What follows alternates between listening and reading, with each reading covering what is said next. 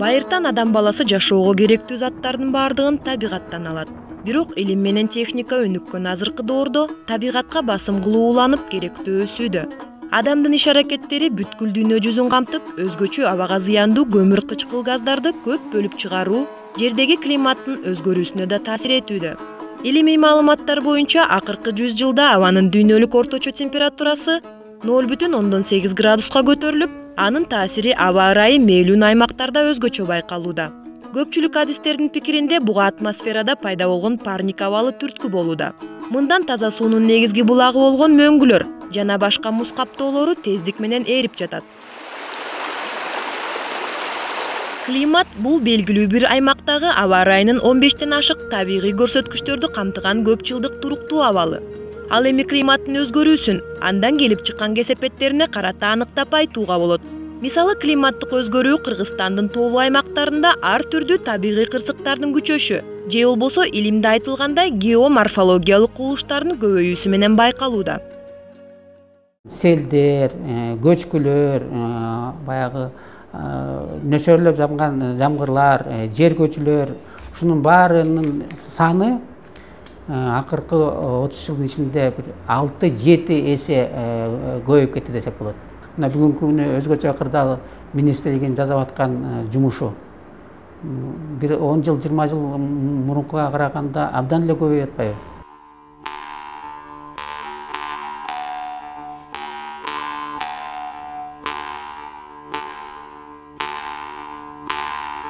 Мурунку мезгилдерде бул тоонун бетинде аппак болгон мөңгүлөр жатчу. Бара-бара ысыктын пайда эмесине байланыштуу азыр бир да мөңгү калбай калды. Болбосо мурун бери бетинен көрүнүп эле турчу да, кардын баардыгы ошол жерде көрүнүп турат эле. Эми баягы кардын аз жааганы ушул тоодон эле сезилип турат да. Мында бүт ай боюнча ар бир кыш мезгилдеги оор кардын оор жааганы, жамгырдын жааганы, шамалдын жүргөнү, кыяндын болгону, кар көчкү, жер көчкү баардыгы менен ушул маалыматта дайым жазылып келет. 96-жылдан баштап ушул мезгилге чейин күнүмдүк жалпы 360 күндүн программасы толук. Жергиликтүү байкоочу Рыспек Аксакал быйыл 68 жашта.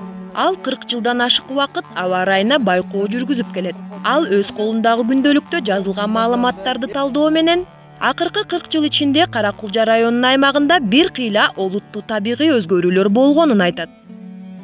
Тоолорго 1 метрден ашып, 1 метр 10 сантиметрге чейин бийик кар түшчү. Ал эми айыл ичинде 60-70 сантиметрлеген карлар жаагайт эле. 5-10 жылда эле бир кайталанбаса, калган жылдары 30 сантиметрден ашпаган карлар түшөт. Азыр март айына келгенде эле кайра жаз пайда болуп калып атат.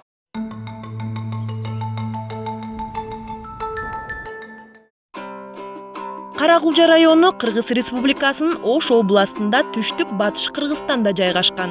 Район Алай жана Фергана эки чоң тоо кыркасы кошулган аймакта. Алай куу чуңкурунда Тар жана Каракулжа сууларынын алабынан орун алган. Аянты 5712 чарчы километрди түзөт. 2009 жылдагы эл каттоонун жыйынтыгы боюнча калкынын саны 87700 адам болгон. Борбору Каракулжа айылы. Райондогу 12 айылдык округда 49 айыл бар. Калктын негизги бөлүгү мал чарбачылыгы жана тоют өндүрүү менен иштешсе, төмөнкү зоналарда дыйканчылык жакшы өнүккөн. Каракулжа районунун табият шарты Кыргызстандын дээрлик көпчүлүк тоолуу аймактарына мүнөздүү келет. Андыктан ушул аймактагы табигый өзгөрүүлөр жалпы мисал катары көрсөтүлмөкчү. Көп жылдык метеорологиялык байкоолор боюнча акыркы 30 жылда Кыргызстанда абанын температурасы айрым жерлерде 1,2 градуска чейин жогорулаганы байкалууда. Абанын ысышы бийик тоолорго да таасир этип, акыркы 20 жыл аралыгында Тянь-Шань тоо кыркаларында 2000ден ашык мөңгүлөр ээрип жок болгон. Мындай өзгөрүүлөр аба ырайындагы кескин, адаттан тышкаркы терс таасирлер менен коштолууда.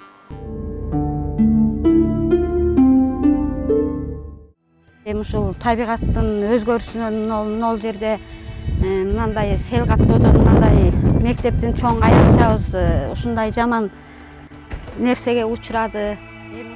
Ушул жылы Тар дарыясынын боюнда жайгашкан Сай айылына тоо тараптан бир нече жерден сел түшүп, көптөгөн үйлөрдү жана көчөнү каптап калган. Мурда Сай айылында сел болуп көрбөгөндүктөн бул кырсык элдин эсин чыгарып коркунуч туудурду. Андыктан көпчүлүк айыл жашоочулары селдин келишин климаттын бузулганынан деп боолголоп жатышат. 15-20 мүнөт гана катуу жааган жамгырдан мына өзүңүздөр көрүп тургандай бир топ аябай элди убара кылгандай бир катуу сел түштү да. Мен ушул жашка келип ушундай Сай айылын сел жүрөт деген такыр ойдо жок нерселер болду да. Учурда Сай айылы эки табигый коркунучтун алдында калды. Эми сел түшө турган жерлерди изилдеп, чакан коргоочу дамбаларды куруу зарылдыгы пайда болду. Ал эми Тар дарыясынын суусу жылдан жылга көбөйүп, жээкке жакындап, айылдын төмөнкү бөлүгүн суу алып кетүү коркунучу да айылды жарга такап турат. Андыктан мурда курулган 270 метрлик коргоо дамбасын дагы 200 метрге узартууга туура келүүдө. Суу климатты камсыздоочу табигый көрсөткүчтөрдүн бири. Ал эми бул суу ченөөчү пост Өзгөн районундагы метеорологиялык станцияга карайт. Ал мекеменин маалыматы боюнча Каракулжа районундагы агын суулардын көлөмү акыркы 15 жылда бир кыйла азайган. Ал эми дарыялардагы суулардын күзгө чейин тартылбай молагуусун адистер тоолордогу мөңгүлөрдүн ашыкча эриши жана жаан-чачындын мол болушу менен түшүндүрүшөт. Былтыркы жылы Алайкуу зонасында кар көп жаап, көп жамгыр жаады, 479 метр куб секунда болду, секундасына агып аткан дарыянын эмесичи. А норма боюнча Каракулжада неме боюнча 131 куб. Бул деген 348 метр куб секунда көп аккан дарыячы 3 эсе. А былтыркыга салыштырмалуу быйыл уже суу аз. Дарыялардагы суулардын август айына чейин тунбай, киргил тагышы сугат системасына да зыян келтирип жатат. Мындай өзгөрүү Кашкажол айыл округуна таандык 4 чакырымга жакын узундуктагы Ак Торпок каналын жыл сайын тазалоого туура келет. Дыйканчылык жакшы өнүктү дегени менен, бул аймактын сугат жерлерине тегиз суу жеткирүү дагы көптөгөн кошумча чыгымдарды талап кылууда. Мындай келбеш үчүн эми ар бир каналдын башына артостойну куруш керек. Артостойну курганга өтө оор болуп атат. Акыркы жылдары мына бир 6-7 жылдан бери суу эрте кирип, анан өтө көп кирип, баш жактарын бузуп, анан кийин суунун тунушу убактысы өтө узарып кетти. Мына азыр өзүңүздөр көрүп турасыздар, дагы эле ылай агып атат дайра. Ошол ылайдын эсебинен каналдарды тез толтуруп, жылда тазалаганга туура келип атат да, жылда тазалап атабыз. Сууну сактап эки жакка бөлүүчү жер ана бул жер. Ана. Мына былтыркы жада мурдагы селдерде бул жер жактагы жер сел басып кетти. Канчалык аракет кылсам дагы манагы айылга, центрге биймирде за биринчи айына суу жеткизбей атам. Тез өзгөрүлмө аба ырайынан Каракулжа айыл округуна караштуу айылдарды таза суу менен камсыздоочу түзүлүштө жабыр тартты. Анын кесепетинен учурда ичүүчү таза суу түтүктөргө үстү ачык турган тосмодон агып барууда. Анткени суу чыпкасын оңдоого арналган 135 000 сомдук долбоор эч жактан колдоо таппай, суу пайдалануучулар коомдук бирикмеси жаңы тундурма кампа курууга эл аралык уюмдардан каражат издөөдө. Биздин Каракулжа айыл округуна караштуу 3 айылда 22 449 адам жашайт. 1 500 000 кетет, ушуга суу тундурма кампасын курсак, үстүн жаап неме кылсак, мына ушул көрүп турасыздар, ушунун наркы немесинен бери үстүн жапканда сел келгенде үстүнөн өтөт да, суубуздун сапаты тунук боюнча калат эле да. Элибизге жетиштүү болот эле.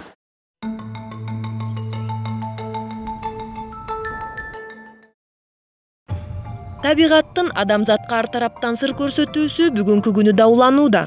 Акыркы жылдары тоо коюнундагы Токпай Тала айылы узакка созулган катуу шамалдын чабуулуна кабылды. Мындай күчтүү шамал мурда сейрек болгондуктан, жергиликтүү жашоочулар бул көрүнүштү климаттык өзгөрүүгө байланыштырып жатышат. Мурдага караганда шамалдын катуу болушу айылыбызга чоң зыяндарды алып келип атат. Мисал алсак, айылдын жашоочуларынын үйлөрүнүн крышаларын алып кетип атат. Мынандай зымгарагайларды алып кетип, шамалдын катуу болгонунун натыйжасында зымдар үзүлүп, Шамал табигый кубулуш, андыктан айылдага каршы сактануу иш-чараларын жүргүзө башташкан. Мисалы үйлөрдүн чатырларын бекем жаап, чөптөрдү жапы сүйүп, алдын алууга аракет кылышууда. Акыркы жылдары катуу шамал жергиликтүү бийликтин да көңүлүн буруп, алар адистердин жардамы менен шамалдын ылдамдыгын жана келтирген зыяндарын эсепке ала башташты. 2010 жылдын декабрь айында 47 үй бүлө жабыркады. 47 үй бүлөнүн жана ошондой эле бизде иштеп аткан мекеме уюмдарыбыздын мектептердин шифрлары алынып, анан алар болсо бир топ экономикалык зыянга учурашты. Бизде айрым бир шамал болгон учурларда секундасына 25 метр, 30-35 метрге чейин шамал болгон учурлар болот. Климаттын өзгөрүшүн токтото албайбыз. Бул болуп турган нерсе болуп атат да боло берет. Бирок биз адамдар жашап аткандан кийин ошого каршы же болбосо таасирлерин азайтуу, ыкмаларын колдонуп таасирлерин азайтуу боюнча жумуш кыла алабыз.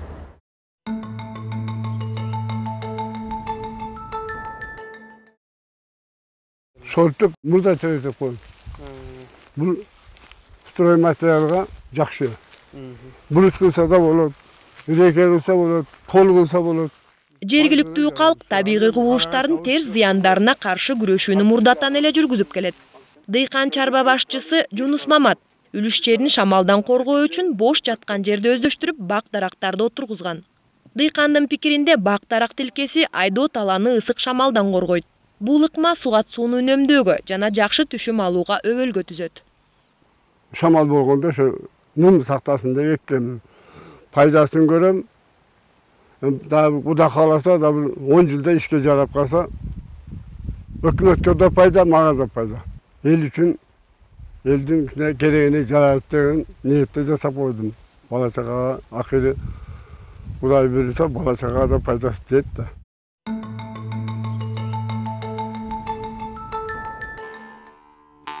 Элдик байкоочулардын көп жылдык маалыматтары райондогу климаттык өзгөрүүлөрдүн таасирин иликтөөдө негизги булактардын бири катары кызмат кылды.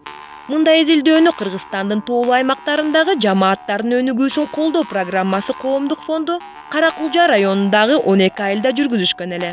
Бул изилдөөлөргө табигый ресурстарды башкаруу боюнча адис Лори Эшли да катышып, Өзгөн гидрометеорологиялык станциясынын республикадагы илимий эмгектерди жана элдик байкоочулардын айткандарын колдонуу менен талдоо жүргүзүп чыккан. Климаттык өзгөрүүлөрдүн таасири район аймагынын бардык жерлеринде байкалууда. Мисалы, мурда жергиликтүү калк билбеген, болуп көрбөгөн кургакчылык, катуу шамал, жер көчүүлөр жана кыян суулар көбөйгөн. Анын жыйынтыгында климаттык өзгөрүүлөр аймакта экономикалык көйгөйлөрдү пайда кылып жатканы белгилүү болду. Эмне таасир этти? Терс таасирлери эмнеге тийип атат? Үчүнчүсү кандай мүмкүнчүлүгү бар? Ошонун негизинде биз айылдарды биз шарттуу түрдө бөлүп койдук. 4 айыл эң аялуу абалда депсекте, эң оор абалда экен деп 12 айылдын 4-өөсү. 6 айыл орто деңгээлде, 2 айыл борборго жакыныраак жайлашкан түзүрөк жерде, 2 айылдыкы азыраак деп салыштырмалуу, баары салыштырмалуу. 12 айылдын ичинен ошондой жыйынтык чыгардык биз.